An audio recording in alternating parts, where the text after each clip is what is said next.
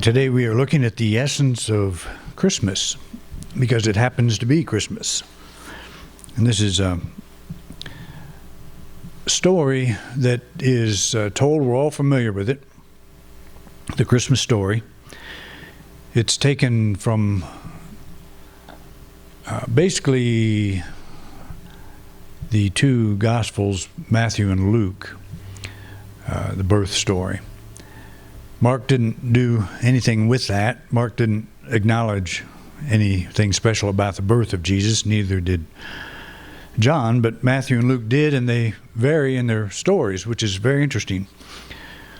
Matthew was writing to a Jewish audience, and Luke was writing probably to a Gentile audience. I'm not really sure about that. I know Mark was writing to a Gentile audience, a non-Jewish audience, but Matthew paid special attention to connecting Jesus to Abraham, clear back to the beginning, because he was writing to a Jewish audience and he wanted to make that connection. So you'll see a very different presentation in Matthew. Matthew has wise men coming. Luke is satisfied to have shepherds come. And it's a completely different mindset. If you remember, Matthew had Jesus say, "Blessed are the poor in spirit," whereas Luke had said, "Blessed are the poor." And he was addressing that audience. He was addressing the audience of the common people. So we've taken these two stories and combined them into one, and we call it the Nativity, the Christian Christmas scene. And it's interesting how all of the elements fit in, as we'll cover today, how they fit in with our own experience, our own spiritual awakening. And it's a pretty profound message that we get. I know people say to remember Christmas, to remember what it's all about, we go back to the birth of Jesus, and that is true. We don't know exactly when he was born. Scholars tend to say we're off by about 6 or 8 years, that 6 BC might be a better, more accurate time to have him born, because they put it around the life of Herod. They know when Herod died. King Herod died, I think, in 6 BC. So they believe Jesus was born while he was alive still. But they don't know. It's just, they say their best guess. And that doesn't really matter. The important thing, I think, is the spiritual message we get from this biblical presentation, and it's a very profound one.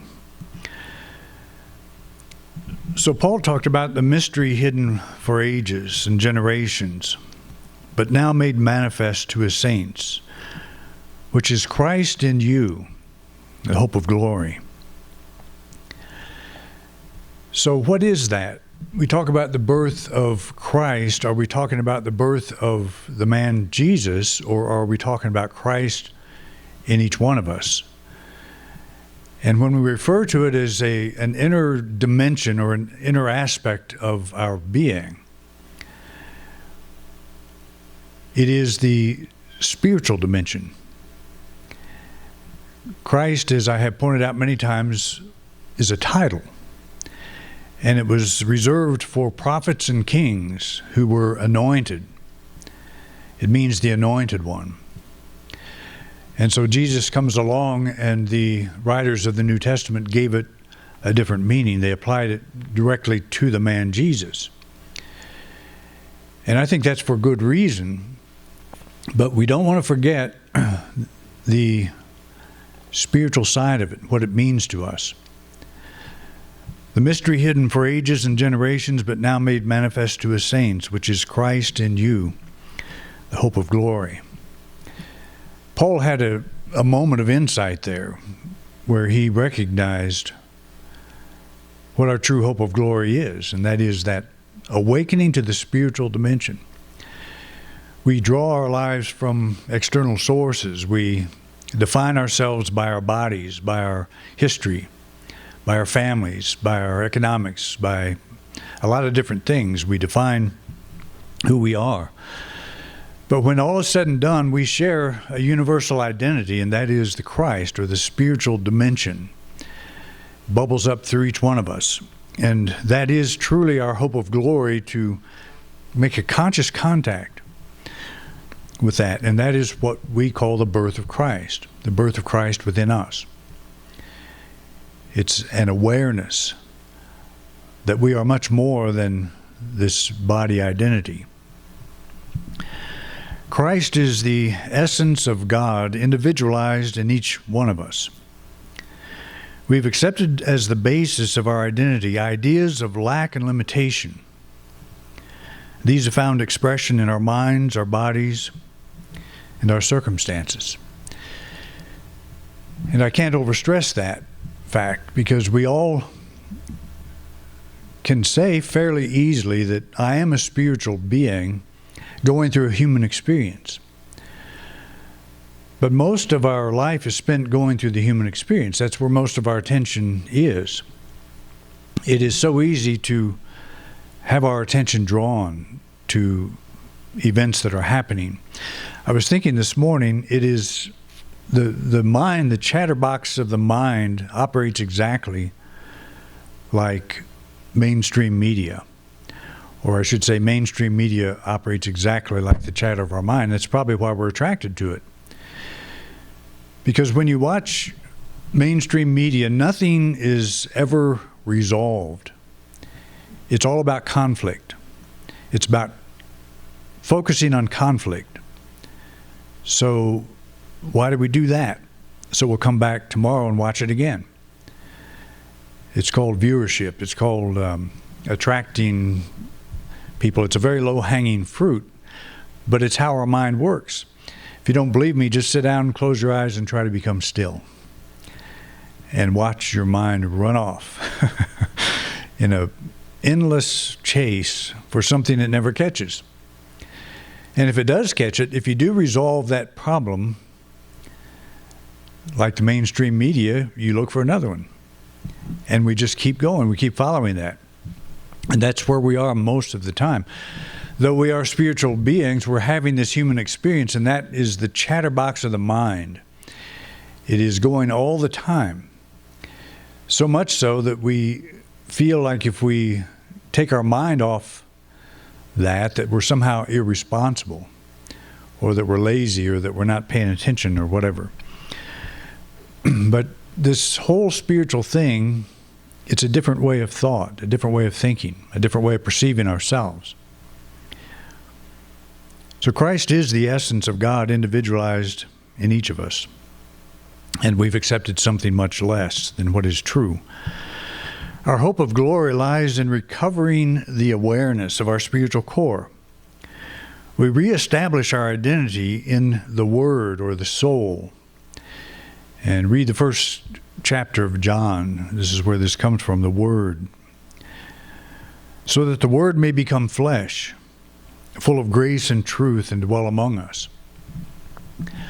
Again, this tends to be applied to the man Jesus, that the Word became flesh. But we are working within ourselves to make our spiritual awareness, our soul, on earth as it is in heaven. That is, in expression as it is in potential. And that's what the birth of this Christ is. It's an awareness, a birth of the awareness of that presence within our own being. I am an expression of God. I am the Christ in expression.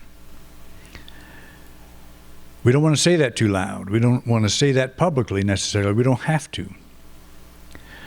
And that's one of the things I've said is the challenge with using archaic language. We do not use Christ as a title. How many of you are prepared to call your politicians Christ? We don't do that.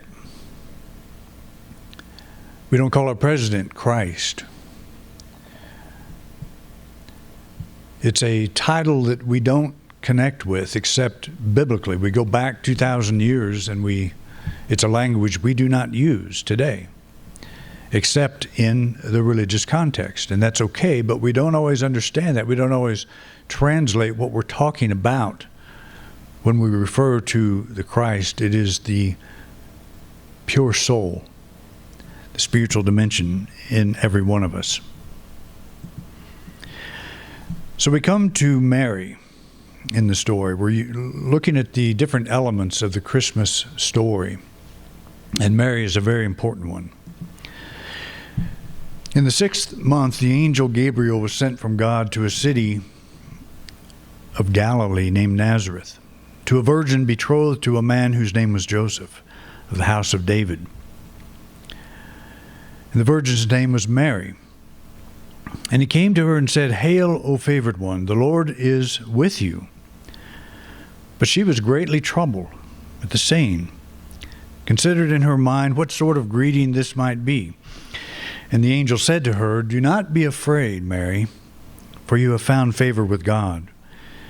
And behold, you will conceive in your womb and bear a son, and you shall call his name Jesus."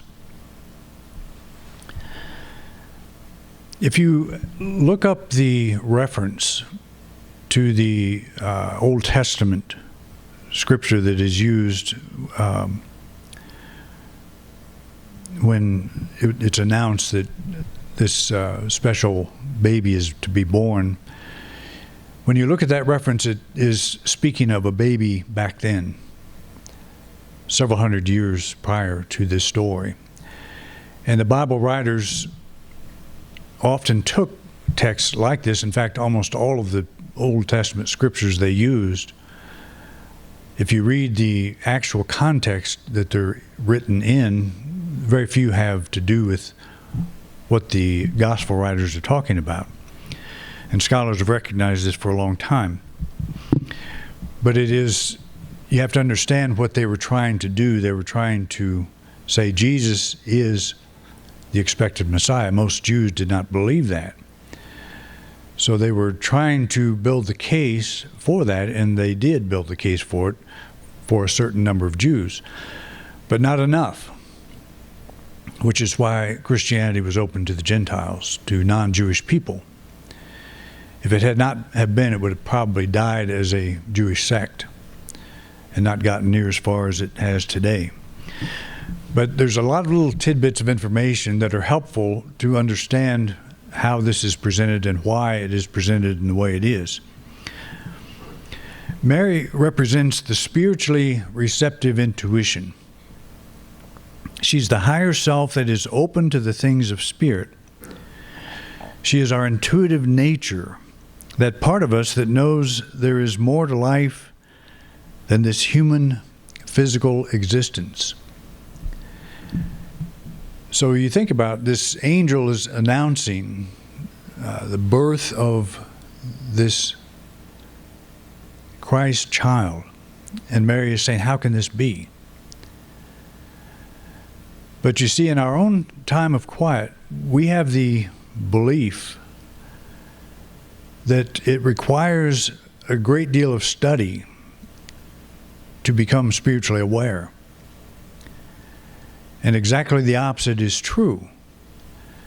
The soul is already receptive to this awakening, to this birth, to this presence.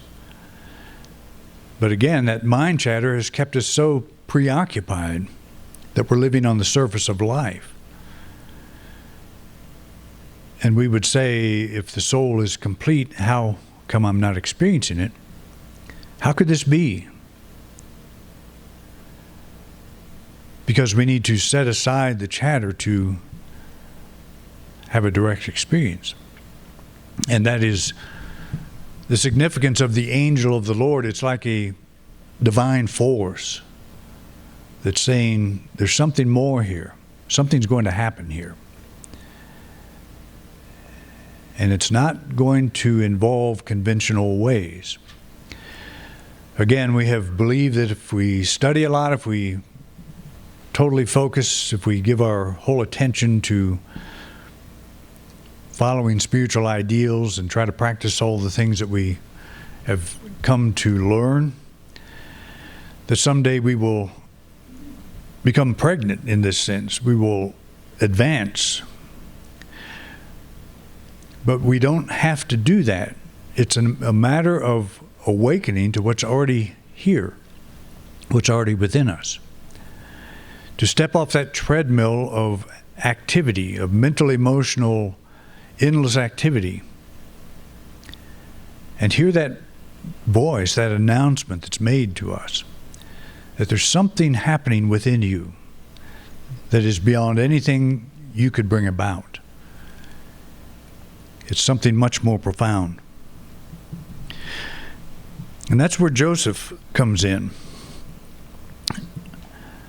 An angel of the Lord appeared to him in a dream, saying, "Joseph, son of David, do not fear to take Mary your wife, for that which is conceived in her is of the Holy Spirit." Joseph represents the intellectual aspect of our spiritual awakening. We must reassess the function of our intellect. Before, it was the leader, the teacher, the presenter of new ideas. Now it becomes the observer, the student, the discerner of eternal truths. It beholds divine ideas that are untouched by the limitations of human thought, born out of the virgin regions of the soul. So think of Joseph as your mind, that intellectual side that is always exploring ideas and has picked up ideas like I'm talking about right now. We've all been subjected to a religious training of some kind. And the intellect is very good at that. It's very good at memorizing. It's very good at reciting. It's very good at reading. But in this case, the intellect is not involved. Not involved in the virgin birth. Not involved in the birth of the Christ. And that is absolutely significant. Because it doesn't matter how much information about spiritual things we put up here. There is an inner awakening that has nothing to do with that. In our history of great teachers, some have been totally uneducated and have awakened to this spiritual dimension and have left a legacy that has touched millions of lives. I'm thinking of Brother Lawrence at the moment. He was not only a fairly uneducated individual, he was a bumbling idiot. According to people around him, he was always breaking things. He worked in the kitchen of a monastery, and they were usually angry at him because he would always break things. He was clumsy. But he was actually in a battle one day, and he looked at a tree on the battlefield, and it had no leaves. And it occurred to him that the life force is still in this tree, and one day soon it will emerge again. I was just standing in the lobby looking at our line of trees out there, and I thought of him. They're all bare at this moment, but I know that there's going to be life coming forth. And somehow that was the thing that triggered his awakening. From an intellectual point of view, that makes no sense. That you would have a person who is a foot soldier, who is basically a nobody, who is suddenly illumined, and we know who he is today because of that. That's how the birth of the Christ, the awakening, conscious awakening, occurs often. Charles Fillmore, the co-founder of Unity, is another example. He had very little formal education. But pick up one of his books and read it sometime. See what Spirit did through him. He became a very intellectual individual, a very profound writer. there's something more that's going on in us than is that we could attribute to the intellect. The intellect is important, but what role does Joseph play? He's not involved in the conception or the birth, but he is involved in the raising of the child. And I think it's significant that Jesus referred to God as Father, because I think Joseph, we don't know anything about him, really. But he must have made an impression on his son. He must have made an impression on Jesus, because Jesus equated God with Father. And it's a very loving designation. It's a all-providing sense. God is an all-providing Father. But Joseph, the father, the man, didn't play a role in the bringing about.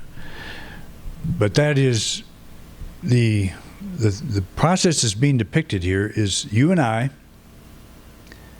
going off by ourselves, closing our eyes, closing the door, closing off the senses to the outside world, bringing our attention to this now moment, closing the books, and affirming this presence of God is here.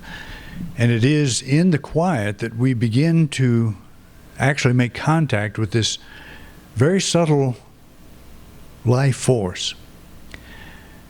And it's not like a booming voice of God that we would normally think. You know, God spoke to me, we'd think like thunder, lightning, all that, volcanoes and earthquakes. But it's not in that. It's in the still small voice. And that's the intellect. We still the intellect and let this deeper truth be made known to us. And so we come to the shepherds. And in that region there were shepherds out in the field, keeping watch over their flock by night. And an angel of the Lord appeared to them, and the glory of the Lord shone around them, and they were filled with fear. And the angel said to them, "Do not be afraid. Behold, I bring you good news of a great joy, which will come to all the people. For to you is born this day in the city of David a Savior, who is Christ the Lord."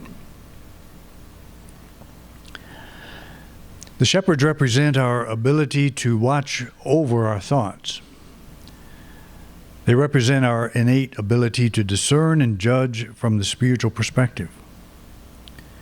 In the same way the shepherd keeps watch over his flock by night, so we keep watch over the flock of our thoughts and feelings.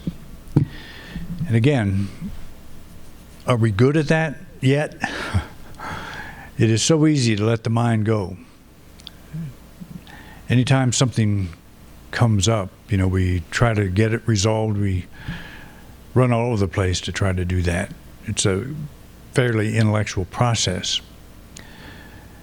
But the shepherds represent that side of us that can let that go, and that, you don't have to corral the sheep necessarily.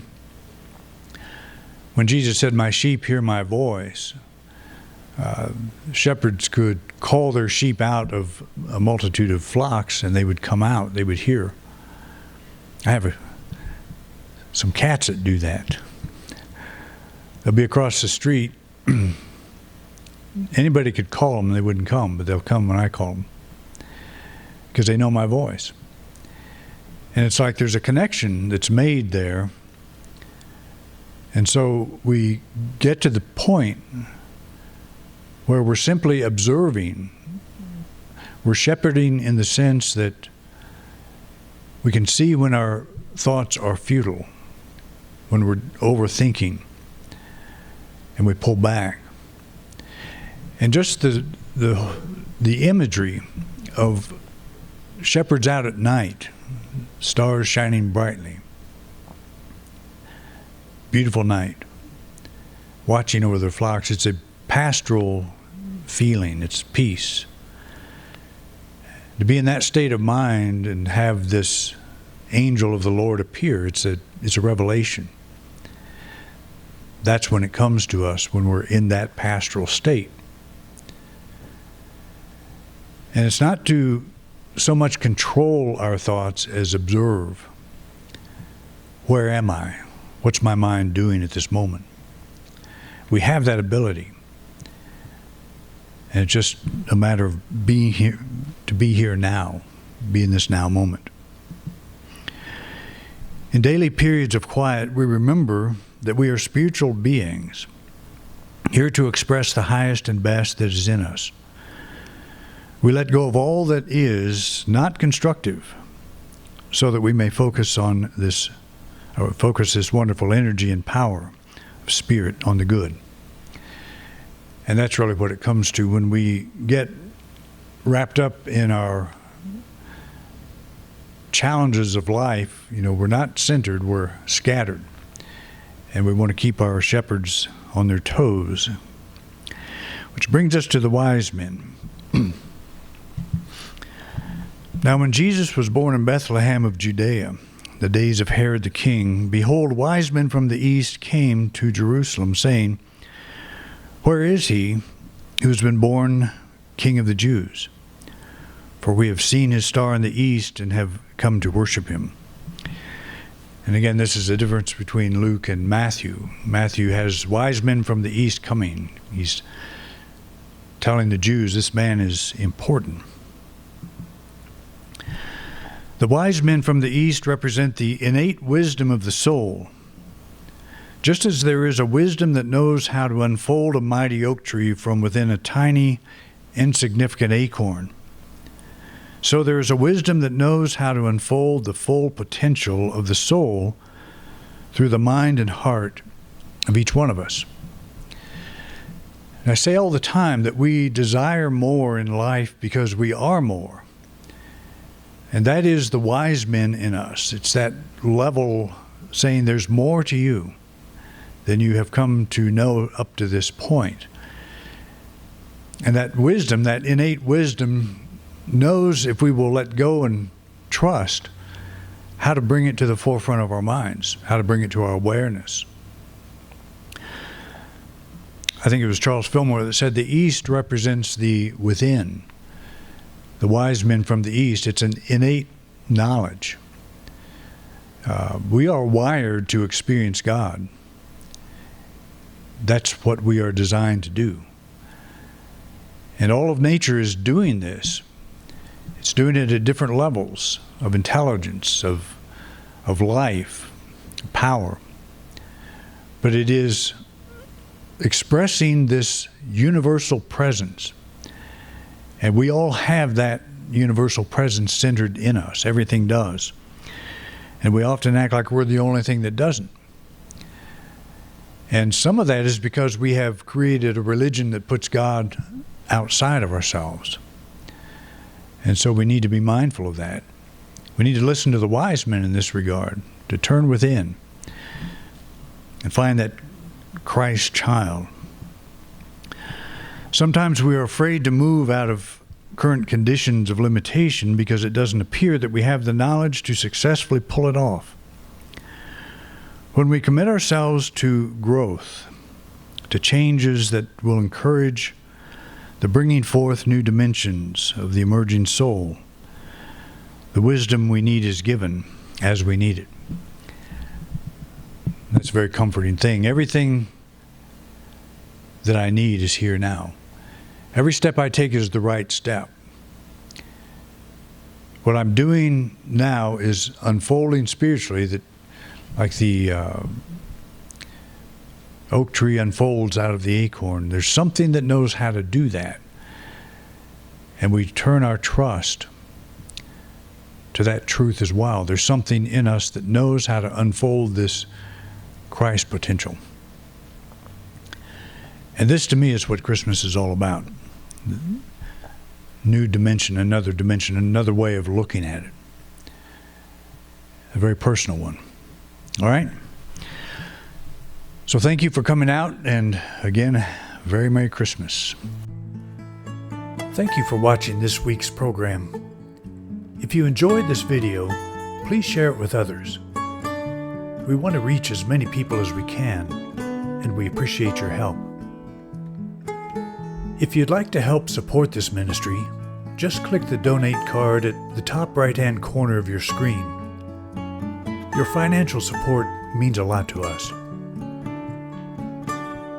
We have many subjects in our video lineup, so feel free to take a look. If there's a topic you don't see and would like me to address, just put it in the comment section. I'd love to know what's on your mind. To subscribe to this channel, simply click our logo. Thanks again for your interest in Independent Unity, and have a wonderful week.